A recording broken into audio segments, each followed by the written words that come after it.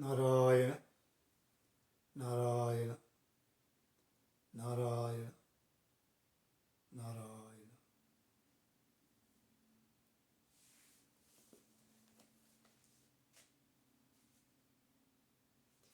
Yena sratagam sratam bhavatyamratam matam vignatam avignatam vignatamiti katham nu bhagavaha sa adesho bhavatiti tam adesha aprakshyah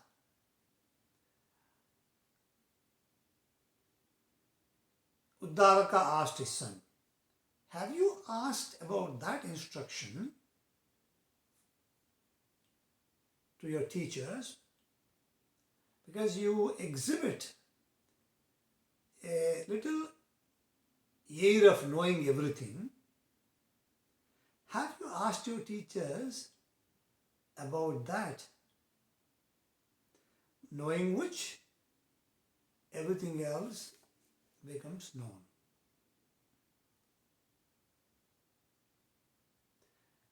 Katham no bhagavaha sa adesho bhavatiti. What kind of instruction is that? Because if he knew that there existed such an instruction, probably he would have asked his teachers during the 12 years' time, but he didn't know that there exists such an instruction. So he didn't ask. So the father said, the instruction is such that by knowing or being taught about the clay, you come to know all about the clay artifacts or articles. Similarly, by knowing about the gold, you come to know all about the world of gold ornaments. Similarly, by knowing about iron, you come to know all about the world of iron implements. So you should get an instruction. There is an instruction or a teaching to know that source from which all this world and beings came about. So, have you got that instruction? Here the instruction should not be taken as merely words. Means you have penetrated those words. You understood. You identified yourself as being produced from that same source. You are one with it. Such was the question. Not just a play of words. So he continued and said, Vacharambhanam vikaro namadheyam murtiketyeva satyam. Vacharambhanam vikaro namadheyam lohamityeva satyam. Vacharambhanam vikaro namadheyam kartsnayasameva satyam. Evam somya sa adesho bhavatiti. So in these lines is that teaching. As I said earlier, it is not my interest to continue with the examples given in this discourse and conversation. Of course, this is very famous and one must pay close attention to the logic and the gradual method in which the teaching is unfolded. Here the Tat Tvamasi is repeated multiple times with examples. So there is a Upakrama as we saw. Similarly, there is a Upasamhara or a conclusion statement. And in the middle you have repetition, you have examples. In fact, there is a experimentation as well. All this put together becomes teaching, as my teachers have unfolded. So we must follow the same to be able to get to the essence and come to some understanding of who I am. and what this world is, what this Ishvara is, and what is the source of all these names and forms. In the Vedantic teaching, this is called as, in the Gaudapada's teaching, it's called Vivarta. So Ishvara or the clay, I should say clay, or the gold, or the iron, is the material.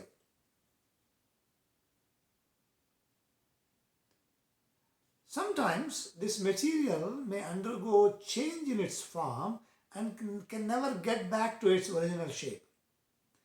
We can say this even with respect to the clay pot, because when you bake the pot, it does not get back to the same old clay status, at least easily. Not in a very quick time, in a very short time. Not in a short time. But however, gold is a very easy example. It can get back to its original shape easily. Even iron, by heating and melting and so on. So those small deformations is not our focus in these examples. The idea is to say that all these names and forms and shapes are temporary. They are just apparent. Iron never lost its iron nature. It has been iron throughout. Similarly, gold has been gold throughout. Clay has been clay throughout. So to give an example. This upadana is called Vivarta Upadana. Vivarta Upadana. There are multiple examples given. Means, for example, there is a wave on an ocean surface.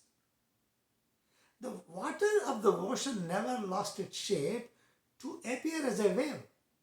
It remained water all along. It's not like milk becoming a curd, where curd can never become milk again. It's not like that. There is no permanent transformation. A wave is only an appearance and certain conditions. But the water itself has not lost its nature. Even when the wave appeared, it was water alone. And we take this example further and say, when we see a snake on a rope, the rope never became a snake. Not before, during, or after you bring a flashlight. The rope never became a snake. It's only appearance. It is only an appearance. To indicate, to point to that the world of manifestation as it appears is never separate from its source, the Brahman, the Sat Padartha. So you should look at it with that idea, with that frame of mind, with that motivation. See unity, oneness, the one self of all, in spite of appearing variety. So that is the sadhana. So this is obviously known to the Indian sages. So Sanatana Dharma, sages of Sanatana Dharma, much before. About the truth, and to come to know the truth, how we conduct in our life.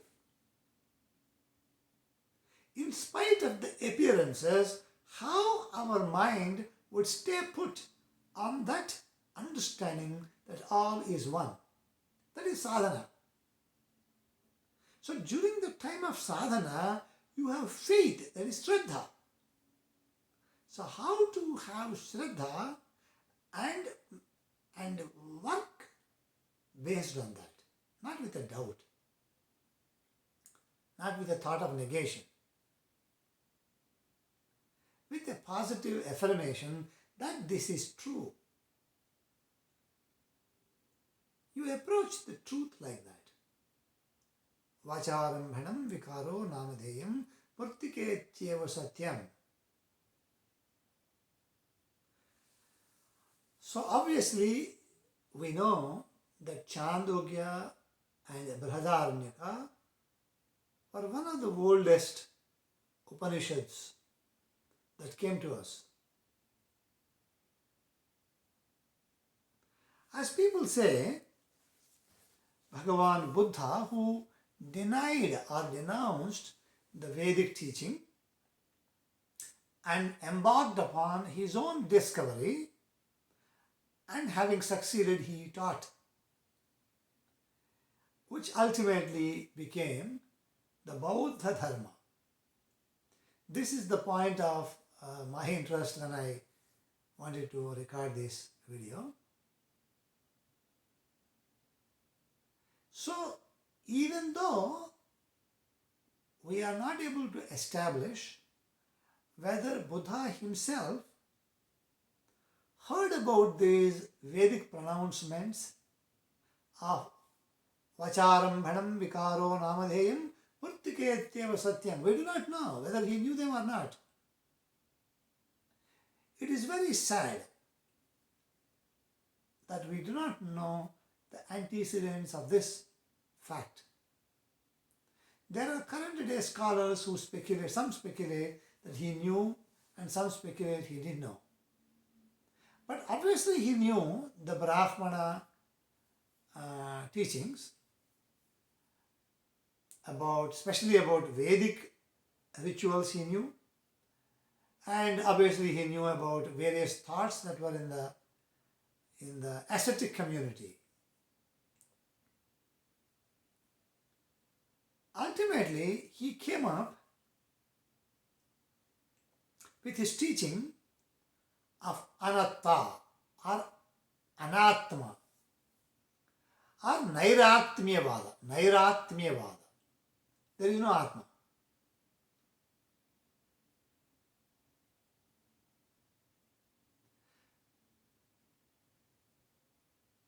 So normally as I spend my time reading teachings of Buddha, and of course I was quite inspired and came to realize that Mahayana Buddhism is not teaching anything different from the Vedantic teaching. Possibly the prakriya is different, nothing more. Only the prakriya is different. So, for example, I was looking at this book recently. The Buddhist Self on Tathagata Garbha and Atman by C.V. Jones. C.V. Jones. So this book is awarded got a very significant award from Numata Publications, which is a source for publishing a lot of Buddhist literature from China. I like that. So I wanted to read what C.V. Jones discovered about the mention of the Atman in the Buddhist literature originating from China. So in this context, I realize that in the context of Mahaparinirvana, Mahasutra as they call it, is a very famous sutra or a sutta in the Pali Nikayas, they use the word sutta, whereas in the Sanskrit literature you find sutra, Mahaparinirvana Mahasutra.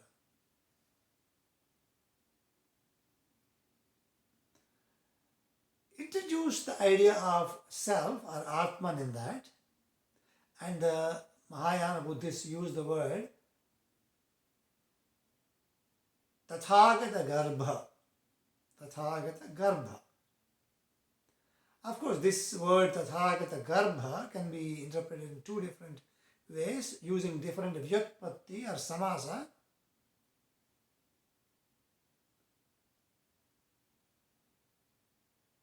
Meaning the Garbha of a Tathagata you say the Garbha from which the Tathagata came. So both ways it can be interpreted. So taking the second Bahavrihi, meaning that Garbha from which Tathagata came. Tathagata Garbha is nothing but this Brahman of the Upanishads.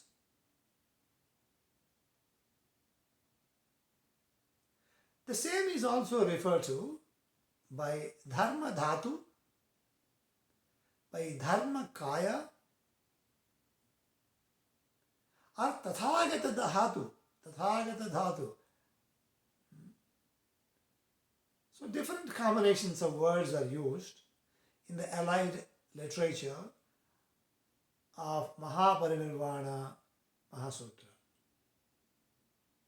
So though the Buddha's teaching based on the Pali Nikayas is primarily saying anatta, anatta, or anatma, anatma, or nairatma, nairatmyavada, means there is no Atman. So with respect to this,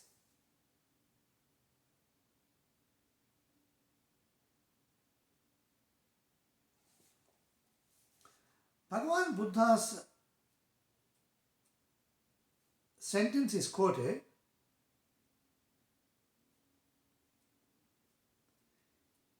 saying,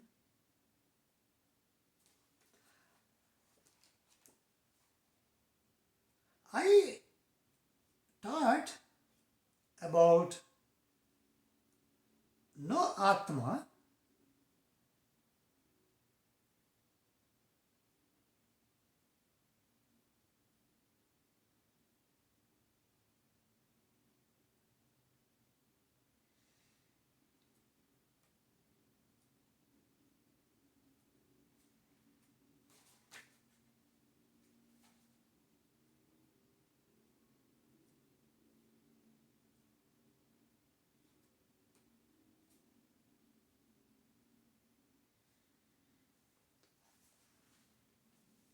So, in this Mahaparinirvana Sutra, he clarifies that I taught about no Atma theory because I wanted to counter the thought of Atma, these Tirthakas. Probably he is referring to everybody other than his followers, especially the Vedic people, who are saying that there is an Atma who comes and goes. Who is the Karta, Bhokta? Such an Atman is what is presented by the Purvamimamsakas, including the Jainas and everybody else, that there is an Atman which comes and goes. Because, now Buddha says, because I wanted to denounce that Atman. So I said there is no Atma. Because there is no such permanent entity, permanent Atma, which is individualized for every living being separately, which comes and goes, and which is the agent creating and experiencing the results of these actions that are happening. So I denounced such Atma. So I said Anatta. But for those of you who are already on the path and have experienced Nirvana, I want to clarify to you that there is indeed something which cannot be called in the same way as the other Brahmanas terminology called Atma, but it can be called in essence as myself, which is referred to as Tathagata Garbha or Dharmakaya or Dharma Dhatu. So when we hear this teaching in the Mahanirvana Mahaparinirvana Mahasutra, and he also gives here two more sutras. For example, Angulimaliya Sutra, which is also a very famous story associated with it, Angulimaliya Sutra. And then the third sutra he quotes is Mahabheri Haraka Sutra. Mahabheri Haraka Sutra. I haven't personally read those two sections yet. But Mahaparinirvana Mahasutra is good enough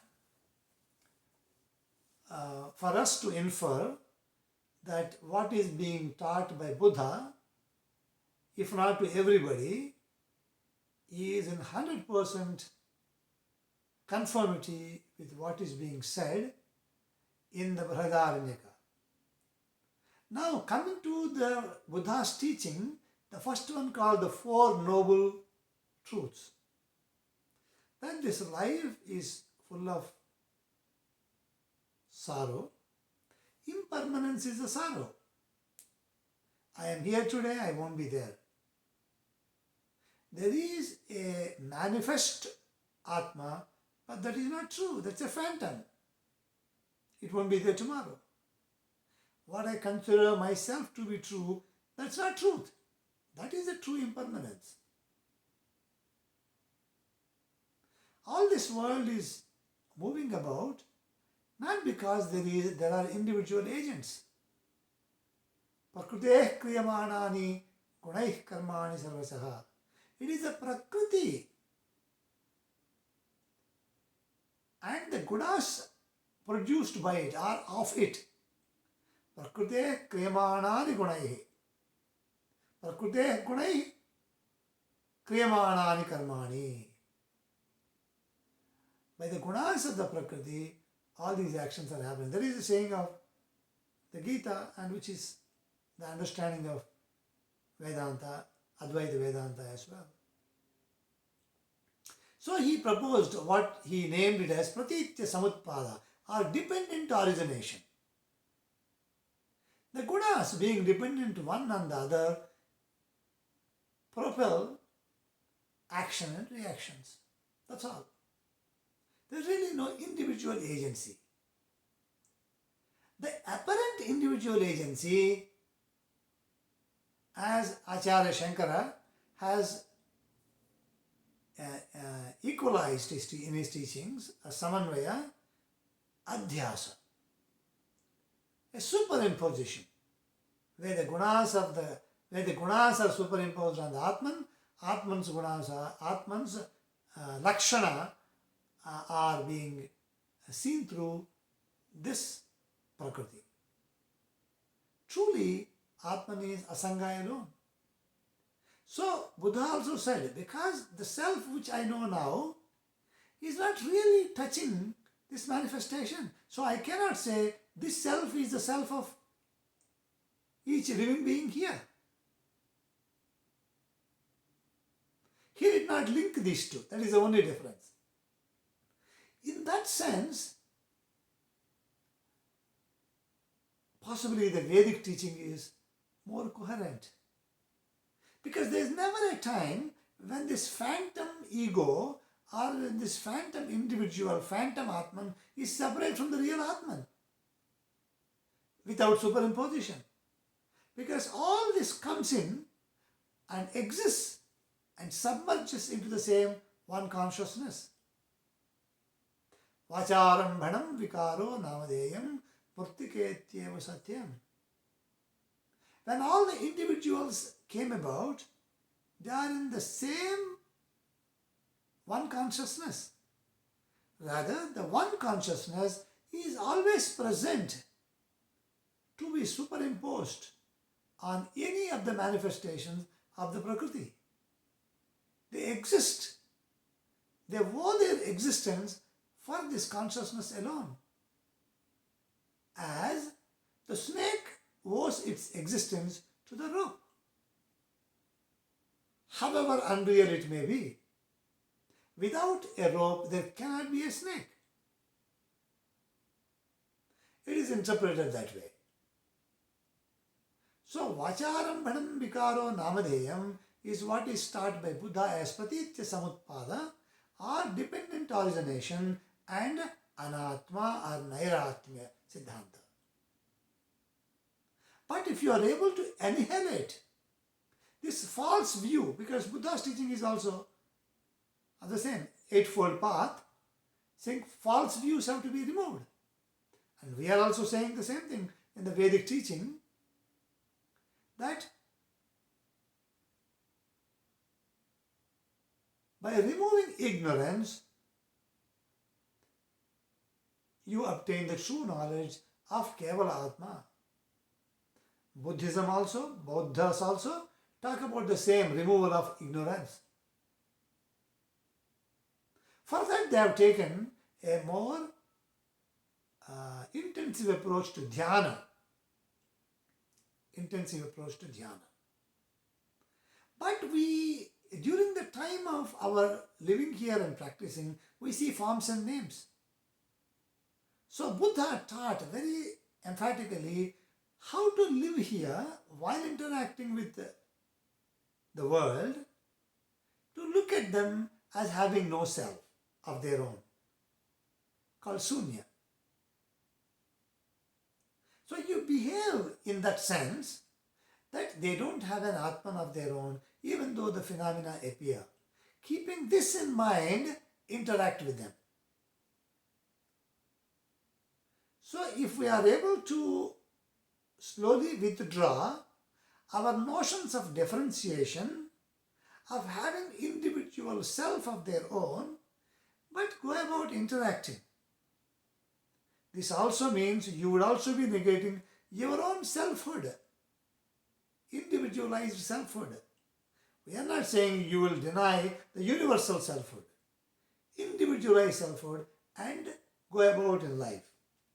So these thoughts, which have been very well articulated and presented in the Prajna Paramita literature, Prajna Paramita Shastra, and very well popularized, established by Nagarjuna, is revered. So I would look at it that having gone through the literature of the Vedantic teaching, for a common man who is not able to readily raise to this conviction, or even after raising to this conviction when it does not become one's own reality, then this literature of Prajna Paramita, if understood and practiced in that tempo, would ultimately lead to the same knowledge of the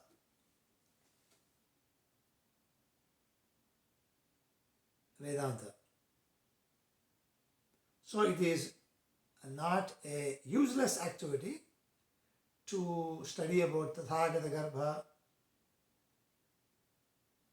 Shastra, and you find these thoughts very well explained in this literature called Diamond Sutra. Diamond Sutra. This is a very famous sutra in the Mahayana literature called Vajrachedika. Vajrachedika. It's a diamond cutter. It is like a cutter, like a made of a diamond. It's so strong, so powerful.